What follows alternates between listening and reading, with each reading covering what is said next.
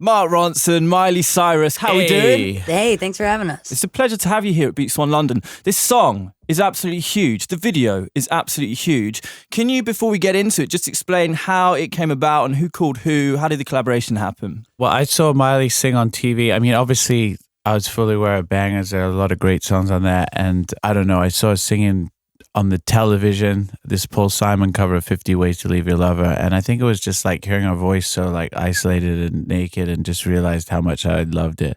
So I started chasing her for about 4 years, and eventually we got in the studio. But it was not right timing. I think we've both now have thought that this song, for us being the sound alone, like just even without thinking of what the song is actually about and how it's relating to both of our lives right now personally and then politically and like just whatever we find our relationship with the song. Besides that, just even the production of where I'm at and the kind of music that I want to make. And I think it was just perfect timing. It's true. Like the production, everything about it is only like that because it happened 4 years later. Probably even like a little bit affected by like Silk City working with Diplo, just like trying to get that. And I think if we'd done it earlier, maybe I would have just like gone too acoustic, organic, whatever it was. And then I think for me, being able to, when he saw me last, I think it was at the Dead Pets tour. And so working with the Flaming Lips, I think expanding as like a songwriter and just learning how to kind of write these songs. That I think the thing that I love about the lyrics of this song too is the picture that it paints and how clear it is. And I think that's why I really wanted to do the video driving in the car, because it's just one of these songs that makes you feel like you want to drive. And so this song, once he sent it to me and we had already recorded this, I listened to this in my car every time I would drive from like Malibu to LA. I would just listen to it on repeat. Miley forced Mark to release the song in November. That's the line. I was thinking like maybe if I'm lucky I'll put my album out next year, and then Miley's gonna have an album, so maybe like if I ask her really nice it'll be like the third single. And she was just like, I want to put something out in November, let's go. Well, so I think was like, this song is such a nice introduction to the record I'm making. Mark with his like Globe nominations and Grammy nominations, even for Shallow, working with Andrew Wyatt. And so Andrew Wyatt has worked on my record a lot. And so I think for what me and Andrew are making and what me and Mike will, because I've even put Mike in the studio with them, like having this song introduce that next sound was really important, because I always like to keep the story kind of working in a way that you never jump from sound to sound, but you really let everything kind of be fluid in your changes. And so I think this is a really nice introduction to the next sound of my record. This is on your record. This is on Mark Ronson's solo record. Yeah, so I had the little chorus kicking around, and there's this amazing songwriter named Ilse who's working a lot with Miley on her record too, and she had the idea for this little chorus. It had been a while since I had last harassed her via text, and I was just like, you know what, let's just try this one more Hail Mary. And I was just shocked. Miley wrote back right away, and I know she had been in with my friend Andrew. I knew they were in a creative zone. And then Miley came in that first day in the studio, and we were in Shangri-La in Rick Rubin's studio, because he must have like been on holiday or something. We were working there for about a week, and she just wrote the verses like right there on the same day. Sometimes with that song like that, you're like, okay, so we got a chorus, thank God. Now it's going to take 6 months to get the rest of the song. And she just came in and wrote those verse lyrics. Like I couldn't even believe it like that when we left that night. Like we got a whole song here. Is your record finished then? My record's pretty much like 80% finished. I did like speed it up as soon as she said, like, come on, let's go. I was like, okay. I was going to just sit on a beach for 3 months, but let's do this.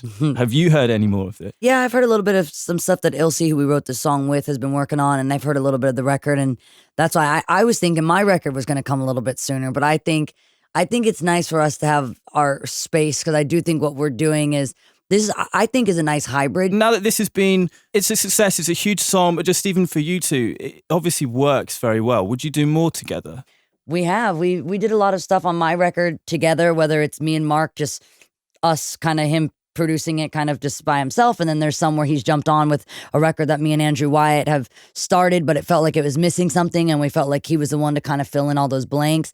As soon as they're both kind of slowing down, getting Mike Will and Mark in the room, because me and Mike have worked on some records for my album that I think he just, Mark elevates music and puts this, whether it's the string arrangements or whatever it is, and adds this like class to it that's just next level. And I know Mike's been wanting to work with Mark for a long time, so I definitely want to be the one to put them in the room together. And I've played him a bunch of stuff me and Mike have been working on.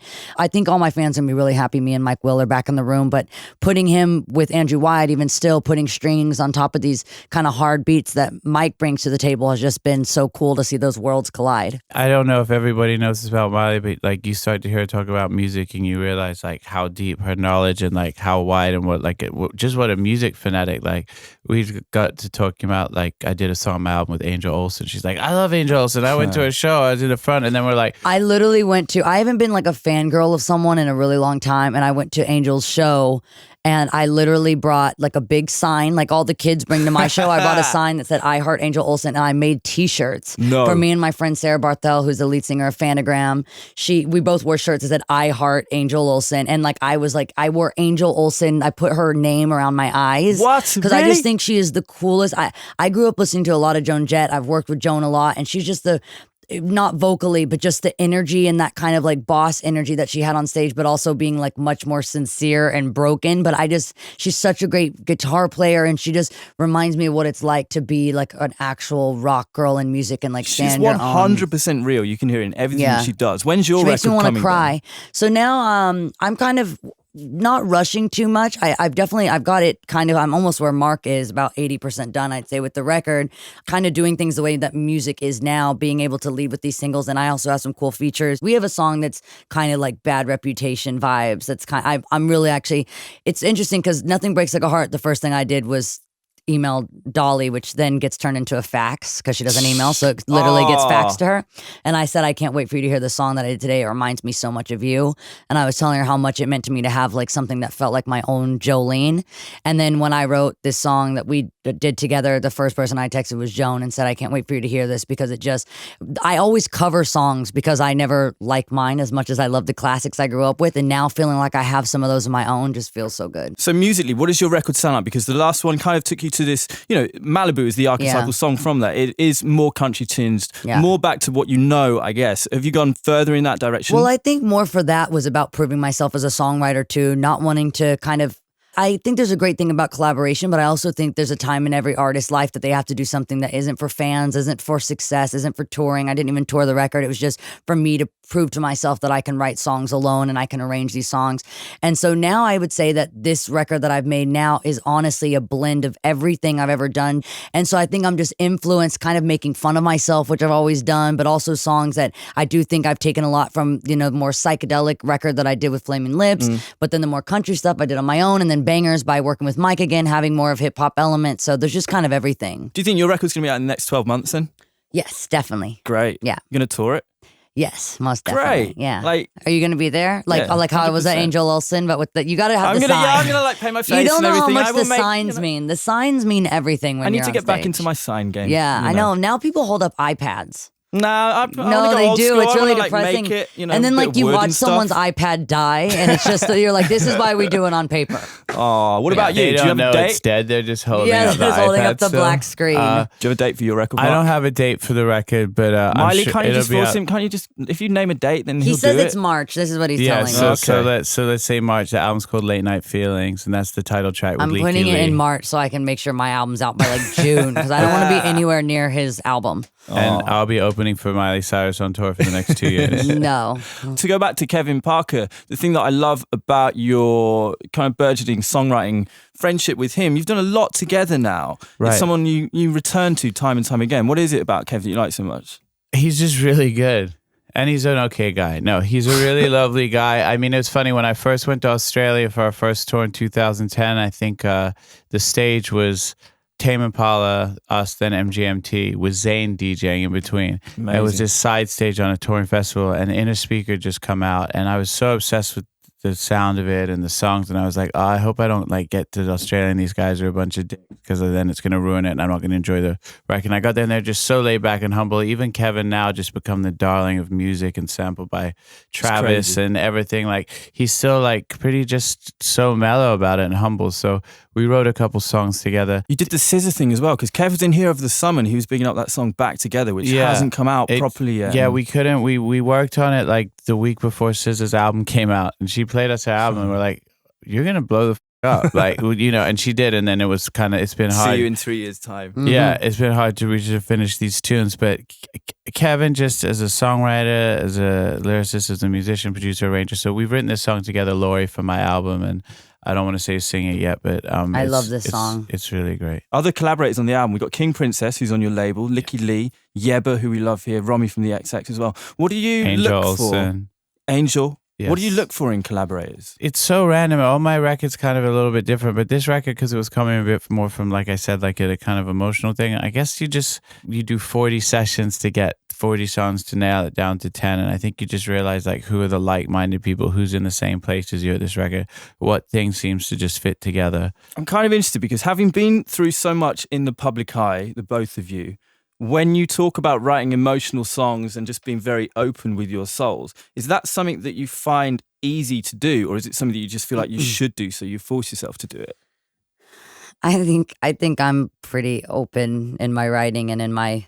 I mean, the first day that I met Mark, when you say like, "Oh, we talked for 3 hours," I talked for 3 hours. Right. I just came in and laid all my bull that I was going through. I'm like, hey, yeah, I know I never met you, but like, blah, here's all the crap. But it was enjoyable. And I'm it was also like, the most contradictory. I go back and Right. forth. Like, I just totally will say one thing and then cancel myself out with my other thought and say, I know I just said that, but actually, like, forget it. I've changed. I would say usually, like, especially if I'm going through something, especially like on my last record on Younger Now, I would notice that I would write all these like really hard. You know, I'm kind of harsh. I would say I'm a little harsh. You can I'm be not. harsh. I'm not very delicate a lot of the time with my words. And In then what sense?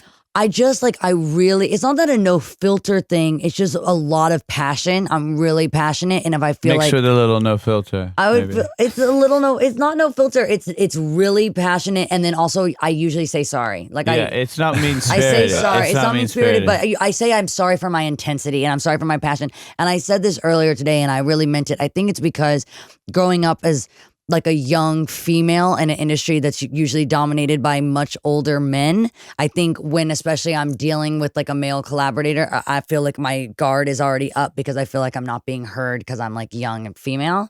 And so I think I always have to get to know people because I've loved that about Mark and I've loved that about Andrew Wyatt of just like really feeling like I have a lot of power and I have all the control of, you know, when I'm working on Mark's record, I really want him to be happy. But for my record, knowing that no one's going to make me do anything that I don't want to do and that I really get a design. Because I always say, you know, I'm going to put out this music and I'm the one that's going to have the face attached to it and the name attached to it. So I want it to represent what I feel and who I am. And if I feel like that's getting kind of not paid attention to, then I just feel really overly passionate. Well, whatever you do, it works. It works on this song. Thank you so much for coming in, guys. Thank you. What's Christmas looking like for you two? You're going to get some downtime? We go to New York after this, and then after New it's York, actually- we take off. It's kind of cool because we're doing Saturday Night Live before Christmas, and that's like actually the way this indirectly the whole thing started. Because you know, That is me full seeing circle. her- You That's went strange. 360 with it. Yeah. Thank you so much for coming in. Thank Thanks, you. Matt.